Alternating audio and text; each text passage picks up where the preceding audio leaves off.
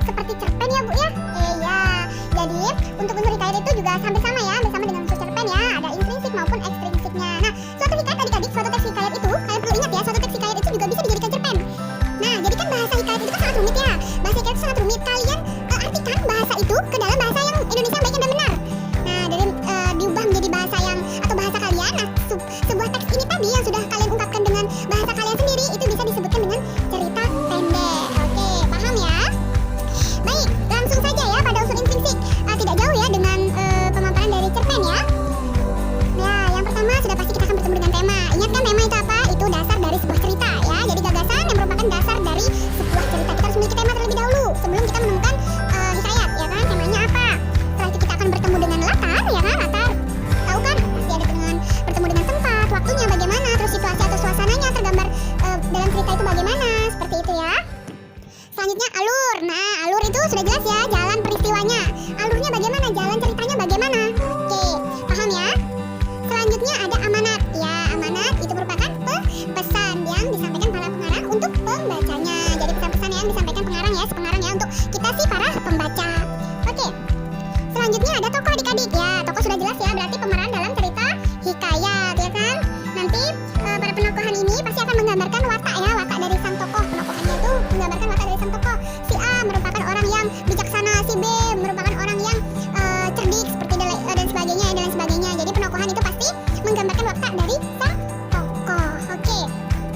Selanjutnya ada sudut pandang ya. Jadi sudut pandang ini pasti sudah pasti menjelaskan pada penceritaan atau pengisahan ya, pengisahan dari mana sebuah cerita itu dikisahkan oleh pencerita. Sudut pandang aku kah atau sudut pandang dari orang kah, dari si penulis kah, seperti itu ya. Pasti tahu kan untuk sudut pandangnya. Oke, selanjutnya itu ada gaya. Nah, gaya di sini gaya gimana, Bu? Nah, jadi untuk gaya di sini itu gaya yang berhubungan dengan bagaimana cara penulis adik-adik. Nah, cara penulis untuk apa? Cara penulis untuk menyajikan sebuah cerita menggunakan bahasa serta juga unsur-unsur keindahan lainnya. Jadi gaya di sini itu si penulis yang punya wewenang ya, bagaimana cara si penulis itu nanti menyajikan sebuah cerita yang bahasanya itu baik, terus unsur-unsur keindahannya itu juga sempurna. Oke, sampai sini paham ya? Karena Ibu perlu ingatkan ya, karena memang bab hari ini itu lumayan banyak. Jadi Ibu minta kalian sambil mencatat ya adik-adik ya. Jadi kalian sambil mencatat poin-poin dan penjelasan-penjelasan Ibu secara ringkas saja. Agar apa? Agar kalian ingat. Jadi kalian perlu ingat ya, bulan depan kalian sudah pas ya penilaian akhir semester. Jadi kalian harus rajin-rajin untuk menonton video atau bertanya jika memang kurang mengerti. Oke, kita lanjut lagi adik-adik. Kita lanjut pada unsur ekstrinsiknya.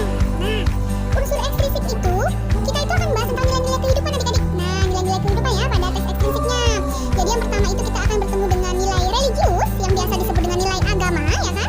Nah, seperti apa sih Bu kalau kita ingin menentukan suatu paragraf itu atau suatu kalimat itu merupakan nilai agama? Iya, jadi biasanya untuk nilai agama itu jika ada yang menyinggung tentang memohon kepada Tuhan ya kan, terus berdoa kepada Tuhan, terus bersedekah agar dimudahkan urusannya sama Tuhan, terus pasrah kepada Tuhan setelah berusaha. Jadi melibatkan ketuhanan atau pergi ke tempat ibadah seperti itu ya. Jadi di sana merupakan nilai keagamaan. Oke, sangat mudah ya adik-adik. Jadi jika semisal sudah berbau-bau nih ya, berbau-bau teks atau kalimat yang berisikan dengan ketuhanan seperti itu sudah pasti bahwa akan memiliki nilai keagamaan. Jadi kita harus baca dulu ya, benar atau tidak ini merupakan nilai keagamaan atau nilai religius seperti itu. Oke, sampai sini paham? Oke, Ibu lanjutkan lagi ya. Selanjutnya ada nilai budaya adik-adik. Nah, kalau nilai budaya ini bagaimana Bu? Ya kan, bagaimana? Coba kalian cermati nih nilai kebudayaannya nih.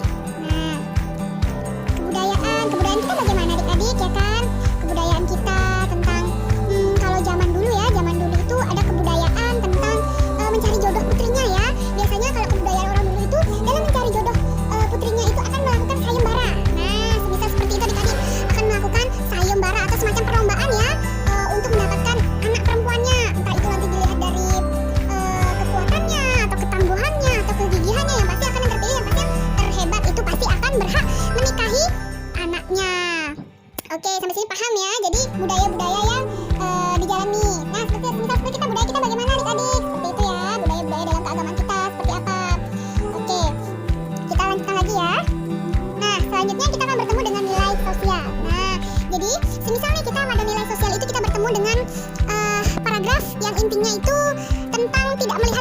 status sosial. Nah, jadi yang kaya bermain dengan yang miskin, ya kan? Yang kaya selalu membantu yang miskin. Jadi di sana tidak ada perbedaan status sosial, atau mungkin sosialnya kita yang beragama Muslim dengan beragama Hindu, seperti itu ya sosialnya kita. Terus juga membantu orang ya, seperti yang tadi dijelaskan, itu juga merupakan nilai-nilai sosial. Oke, sangat mudah ya. Nah, yang keempat itu kita akan bertemu dengan nilai moral adik-adik. Nah, pada nilai moral ini, misal kita ditemukan dengan paragraf yang intinya itu tidak mau bekerja keras untuk mendapatkan sesuatu. Nah, itu sudah termasuk dalam nilai moral ya, jadi malas bekerja seperti itu ya. Terus juga semisal memperdaya orang yang tidak berusaha, seperti itu. Jadi orang yang tidak berusaha itu diperdaya, seperti itu ya. Oke, yang terakhir adik-adik kita akan bertemu dengan edukasi. Nah, jadi untuk edukasi ini biasanya itu akan membahas tentang kewajiban belajar sejak usia dini ya, kewajiban belajar sejak usia dini, seperti